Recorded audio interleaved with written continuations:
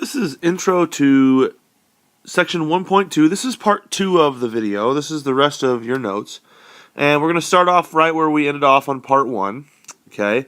And we talked about points, lines, planes, segments, and rays in the first part. Now in the second part, we're going to start with a key vocabulary word that you're going to see quite a bit throughout the year. And a postulate or axiom is an accepted statement of fact. So a postulate is a fact. It's true. We know that it's real. And it's accepted. Okay? Postulates, like undefined terms, are basic building blocks of the logical system in geometry.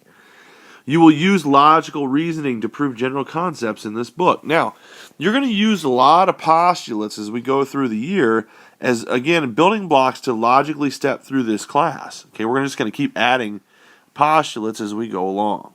Okay, so we've got, if you look at the next page of your notes, we've got some very important postulates here in this first section. Okay, very first section, or very first postulate, here in section 1.2, is postulate 1.1. And some of these are honestly, they're kind of common sense if you really think about it.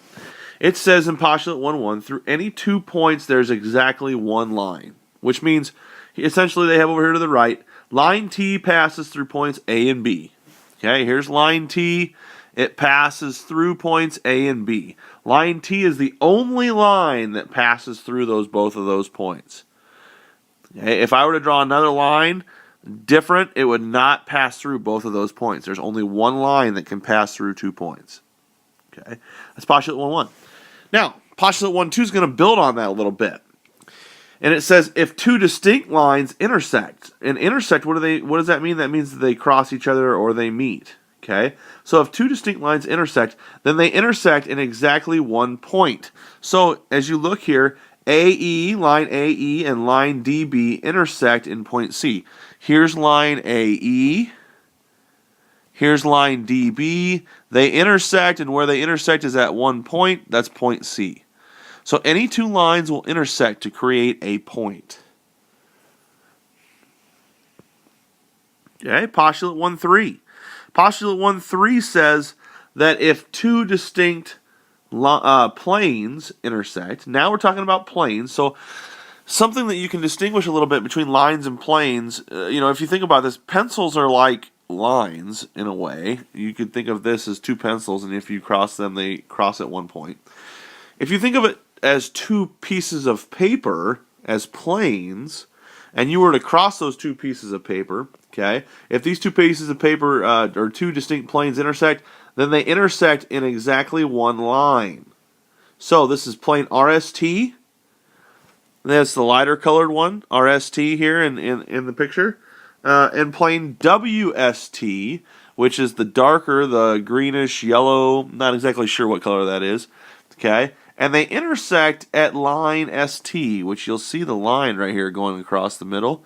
That is the line where they intersect. So, postulate 1.1 says 2 points make a line. Postulate 1.2 says 2 lines intersect at 1 point. Postulate 1.3 says 2 planes intersect at a line. Okay, so let's take a look now at a couple of examples that you might see in terms of homework. Okay, so it says here, find the intersection of the 2 planes. Each surface of the box to the right represents part of a plane. What is the intersection of plane ADC and plane BFG? Okay, so I'm going to actually go through and mark these. I'm going to mark these in different colors, okay, as I go through, and we're going to try and figure out where our intersection is. So, plane ADC, I'm going to mark in red, and I'll mark that here like that. And then plane BFG, I'm going to mark in blue. So, as you look at ADC, okay, as you look at that, here's point A, here's point D, here's point C, and you can tell that this plane right here is the top of the box. So I'm going to go ahead and mark that in the red. So I'm going to fill this guy in. The top of the box is in red. Okay, that's plane ADC. Plane BFG, here's B and then F and then G. BFG is the right side of the box. Remember, a plane only has to have 3 letters. Doesn't have to have all 4. So I'm going to color this guy in. The right side of the box. And let's put, I colored up the letter B here. That's letter B. Now, what they want to know is, where do these 2 planes meet? Where do they intersect? So you see the blue side here, and you see the red side. We want to know where they intersect, the top and the right side. Well, you see that there's this line right here that they intersect, and that line is what we call line BC.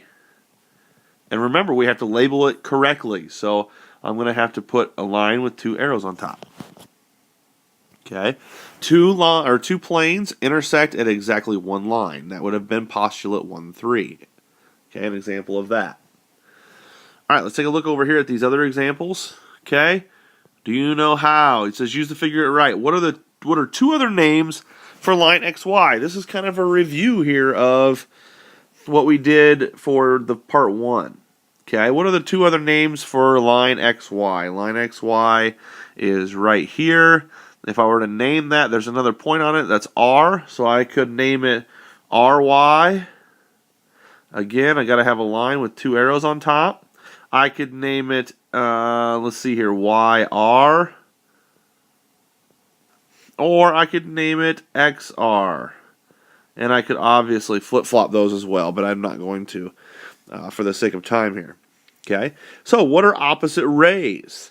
Remember, opposite rays are 2 rays that go in opposite directions that form a straight line. And you'll notice this line right here has 3 points on it, and this one only has 2. So you're going to have 3 points. So we're not going to be able to use this line, but we are going to be able to use this one. So as I look at this, I always want to choose the middle point first, and so it's going in opposite directions. So I'm going to start with ray RY.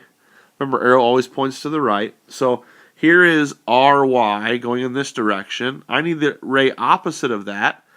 And if you remember, on opposite rays, the endpoint has to be the same. So it's going to be R and then X. Those 2 go in opposite directions with the same endpoint, and they form a straight line. What is the intersection of the 2 planes? Okay, intersection of the 2 planes. As we look at the 2 planes here, we've got a plane going straight up and down, the yellowish type plane, and then we've got a plane going left and right. And if you look and see where they intersect, remember 2 planes intersect at a line. Here's the line right here. And if I were to name that line, I could name that line RS. And again, I have to put a line with 2 arrows over the top. Have to make sure you have your notation correct. Okay, so there's quite a few examples. Let's take a look at the last 2. Okay, postulate 1-4 now. Postulate 1-4 says, through any 3 non-collinear points, there's exactly 1 plane. Okay, this word right here, non-collinear, what does that mean? Collinear means in the same line, on the same line. So non-collinear means they're not on the same line. And as you look at the picture over here at the right, okay, you can see that Q, R, and S are in the same plane, but they're not on the same line. So these are non-collinear points. So points Q, R, and S are non-collinear. Plane P is the only plane that contains them. Remember, this P is the name of the plane. It's not a point. Okay? So let's take a look here at an example. What plane contains the points N, P, and Q? So, right here is N. Right here's N. Here's P. Here's Q. If you look at the box, what part of the box contains that? Well, that's the bottom. How would you name the bottom? Well, this is actually fairly easy if you think about it. How many letters need to be in a plane? Well, that's at least 3. If those 3 points are in the plane, I can just name the plane N, P, Q. If you look at it, you could use the letter R as well, because again, we're looking at the bottom of this box. Okay? All right, so here's what I want you to do to finish up this section. Okay, your one secret question is this letter B. I want you to have this completed before class starts tomorrow. So we can see if we make sure we understand what's going on. This concludes section 1.2 part 2. Don't forget at the end of this video to complete the WSQ included.